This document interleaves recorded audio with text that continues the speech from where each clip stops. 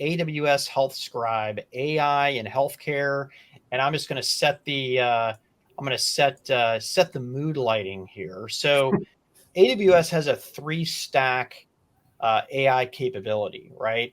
At the bottom, they've got the infrastructure and frameworks like PyTorch, TensorFlow, and it's like, hey, if you want to come in and leverage that as an IaaS play, you're in. And then they've got like the PaaS layer, which is, the SageMakers and the Bedrocks that are more of a, hey, you want a development environment that leverages that IaaS layer on the bottom. And then on the top, you have applications. And I'll call that SaaS. Some people might call it more of a PaaS play. But AWS HealthScribe is one of the applications that sits on top of that 3-layer cake. Paul, it's all you. Yeah, thank you, Pat, for setting that up. HealthScribe is really interesting. It's something that's needed.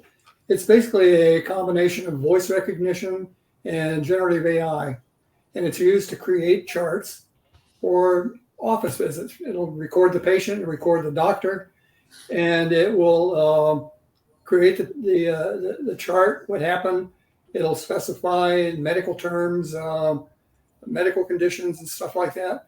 And then once it gets through with that daily visit and what happened between the doctor and the patient, it'll provide a summary for the doctor to review. It'll have like chief complaint, the history, assessment of what the problem was, the medical plan. And then it's got some neat little things in there like to maintain the safety is that if you've got a question about something that it said, you can click on that. It'll go back to the original transcript and you can see what the patient actually said. So it's really a neat product, and it's being used by several of the large companies. 3M is going to use it. They've got they're going to, I think, deploy it like to 300,000 different doctors, and they're going to use that basically as a foundation to use to bring in some of their other technical pieces that they want to put on it. So it sounds like really a neat product, and I think it sounds simple, but it can save billions of dollars, I think, because when I was going through college, I worked in a hospital from midnight until 8 in the morning and did a lot of stuff and had to do a lot of charting. It's like most boring thing you can do.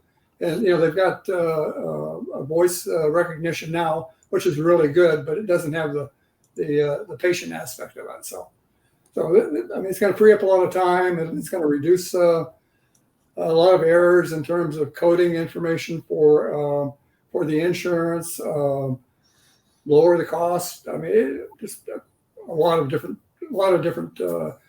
important things that it can do. So yeah, I've got an opinion here. My wife's actually she's a scribe for a retina specialty clinic in Austin, and she's an auditor, and so I hear her grousing all the time about all of the errors that are made by human scribes. And so this has, potentially tremendous impact. Now, it's probably going to eliminate or weed out some of the weaker scribes that do this manually. But on the surface, I mean, I'm personally, I hear it daily from my wife. It sounds very, very compelling.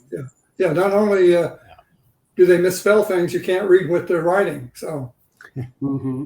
So you got, it really is a neat application, and it's got, it's got like some of the words that we highlighted. If you want the latest medical information on that, you click on that and you can get documentation on the medicine or the condition. So it's really clever.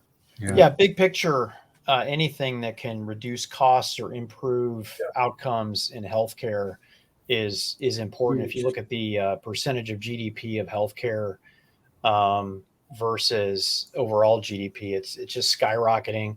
Part of that is the aging of America. And by the way, we're in a much better, Japan has more people dying that are being born, and so does China. So we're still, I think we're 2.7 versus births versus 2.2 deaths. So we're still in the plus column on that. But essentially, with an aging population, you take away I hate the word tax revenue. It's our money. It's not your revenue. It's like, Right. oh, it's my money. But taxes go down because you don't have as many people working, but the cost of healthcare go up. No. So you have to radically improve people's health, which the last time I checked, we're not actually getting healthier as Americans. Basically, we're like 21st century Rome and Greece during their heyday, eating everything and just, gorging ourselves on all this, all this stuff. And we don't incent anybody to be healthier. So what healthcare ends up doing, and I spent 10 years, I was on the board of directors of St. David's Medical Center, and I was chairman of the board for 5 years. So I've got a little bit of history here and experience, but anything that can reduce the cost, because we know people aren't going to get healthier, is going to be paramount. And I think this is part of it. Doctors can, well, it's a twofer: better outcomes because the scribe is more accurate, and two, I don't need as many people to support it. So theoretically, I can have more patients.